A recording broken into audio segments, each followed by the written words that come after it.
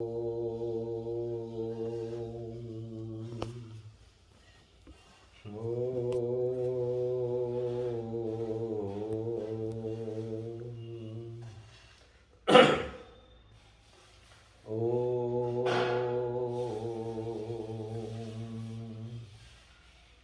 शिवाय सांबाय हरये परमात्मने नमः।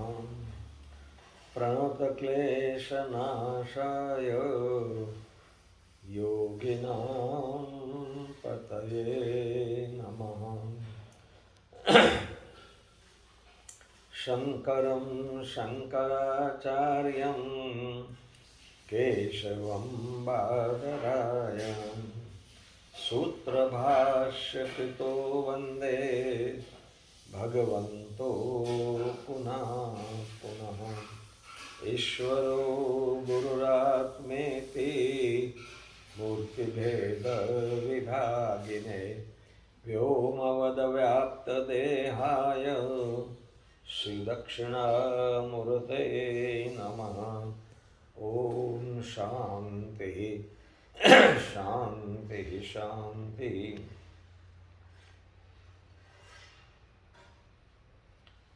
अनंत कोटि ब्रह्मांड नायक स्वयं भगवान श्री गौतमेश्वर महादेव जी के चरणों में बार बार कोटि कोटि प्रणाम एवं तपोनिष्ठ ज्ञाननिष्ठ वयोवृद्ध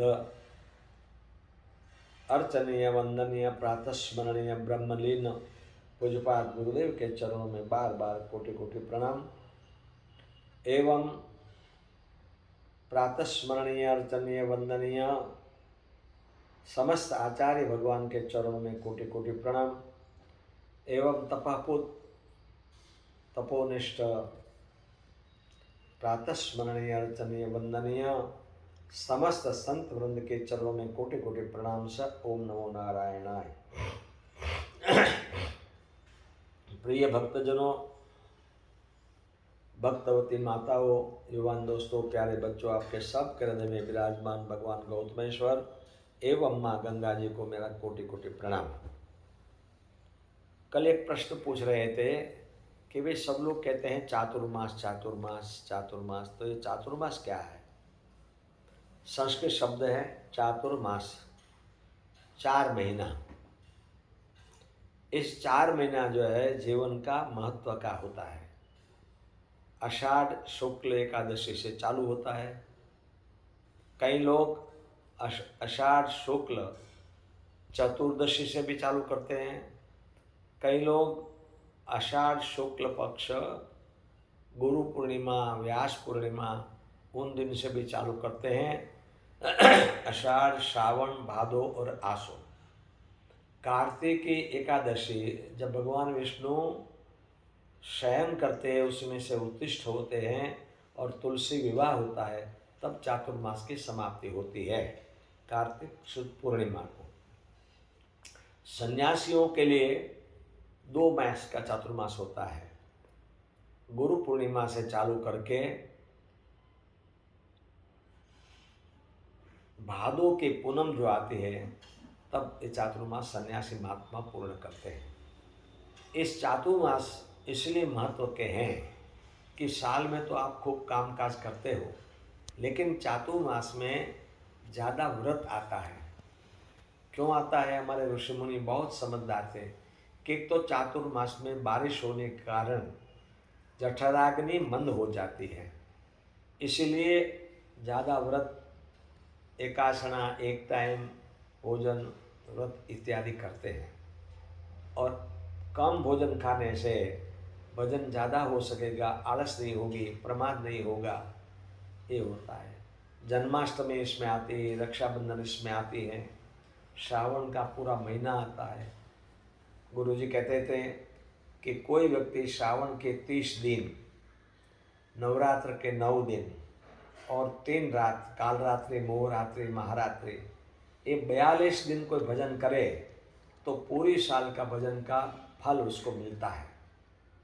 इसीलिए श्रावण में लोग एक टाइम भोजन करते हैं, या कई लोग फलाहार करते हैं, कई लोग दूध पे रहते हैं, भूमि शयन करते हैं, अपनी बेड पे सोते नहीं हैं, और ब्रह्मचर्य का पालन करते हैं, माने तरह तरह की उपासना, तपस्या और भगवान का भजन साधन करने का ये 4 महीना है, इसीलिए उसको बहुत पवित्र कहा है। उसमें शादी आदि मांगलिक कार्य नहीं करते हैं, लेकिन यज्ञ आगादिक धार्मिक अनुष्ठान, रामायण, गीता, उपनिषद, भागवत, वेदों का पठन पाठन, उसका सुनना, ये तो कर सकते हैं और उसका फल बहुत बताया है। इसीलिए अन्नदान का बहुत महात्मा है चातुर्मास में। किसको खिलाओ, गरीबों को खिलाओ, संतों की सेवा करो, भक्तों की सेवा करो। अरे कितना कितना बताया है, कितना याद रखे और कितना आपको बताए। मंदिर में झाड़ू लगाने का बहुत महत्व बताया है, मंदिर को पानी से धोने का बहुत महत्व बताया है, मंदिर को जहाँ कच्चा मंदिर है वहाँ गोबर से उसका लेप करने का कितना महत्व बताया है। भगवान शिव जी को पंचामृत, दूध, दही, मध, घी, शक्कर, शहद आदि से स्नान कराना, भगवान विष्णु को इस पंचामृत से स्नान करने का कितना महत्व, फूलों की सजावट करने का कितना महत्व बताया है, ध्वजारोपण करने का कितना महत्व बताया है।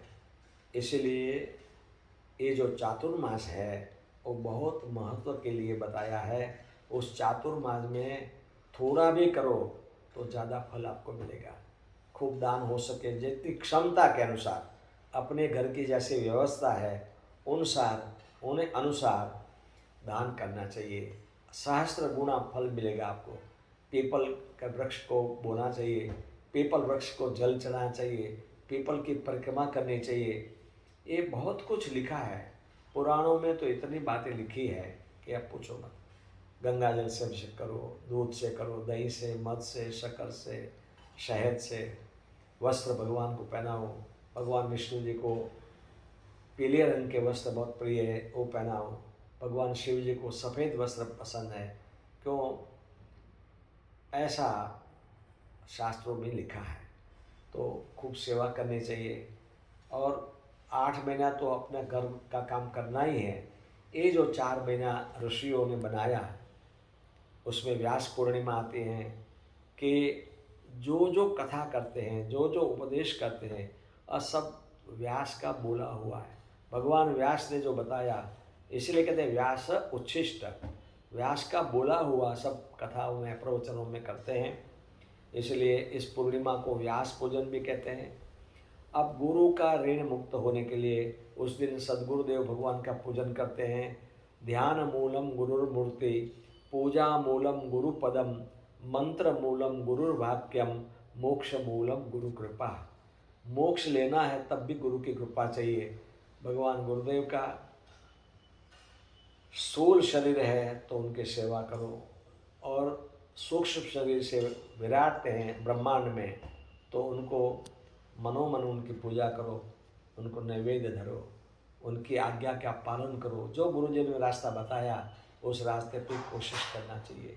और सुविधा है तो दान करना चाहिए, नहीं सुविधा है तो जप करना चाहिए, तप करना चाहिए, इंद्रिय दमन करना चाहिए। और ऐसे करने से आपको खूब लाभ होगा। खूब आगे के लिए नया जन्म जो होगा उसी में आपको ये लाभ खूब प्राप्त होगा।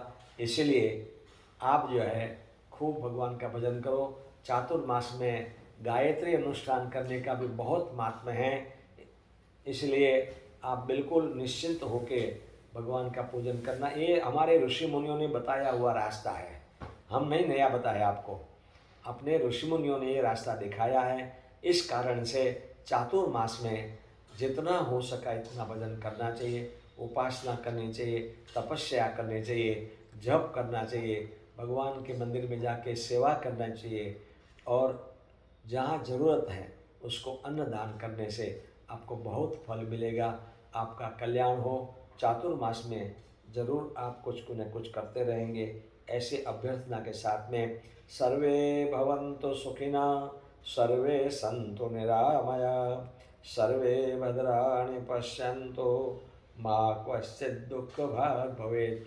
ओम शांति शांति शांति।